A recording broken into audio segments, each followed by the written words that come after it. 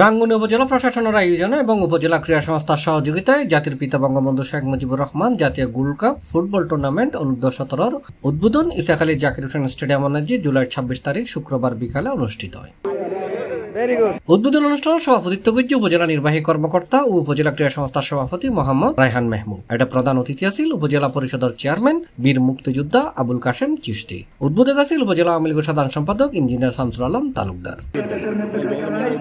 উপজেলা ক্রীড়া সংস্থার সাধারণ সম্পাদক বদিউল খায়ের লিটন চৌধুরীর সঞ্চালনায় অনুষ্ঠানত বিশেষ অতিথি আছিল রাঙ্গুনিয়া মডেল থানার ওসি চন্দন কুমার চক্রবর্তী, উপজেলা ভাইস চেয়ারম্যান শেখর বিশ্বাস, মহিলা vice chairman Husne Ara Begum, UP chairman Mohammad Nurullah, Rangunia পৌরসভা আওয়ামী লীগের সভাপতি আরিফুল ইসলাম চৌধুরী, পৌর কাউন্সিলর জসিমউদ্দিন শাহ, উপজেলা যুব উন্নয়ন কর্মকর্তা মোহাম্মদ মহিউদ্দিন, একাডেমিক সুপারভাইজার সুমন শর্মা, উপজেলা ক্রীড়া সংস্থার অতিরিক্ত সাধারণ সম্পাদক এনামুল হক, ব্যাংকার ওয়াহিদুজ্জামান সুমন, সদস্য আব্দুল মালেক, সাংবাদিক জবলুল হুদা, আওয়ামী লীগ নেতা আবু তাহের, দাউদুল ইসলাম, আলী আকবর, বিপ্লব বড়ুয়া আরো বহুত কেউ।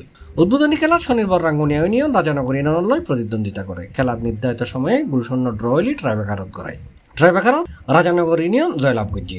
দিনের দ্বিতীয় খেলাত সরববাটা ইউনিয়ন 3-0 গোলে লালানগরের এবং তৃতীয় খেলাত মরিয়মনগর ইউনিয়ন ট্রাইব্রেকারে ফারওয়াইনরে অড়াই। টুর্নামেন্টত উপজেলার 15 ইউনিয়ন এবং একান পৌরসভার মোট 16 দল অংশগ্রহণ করছে।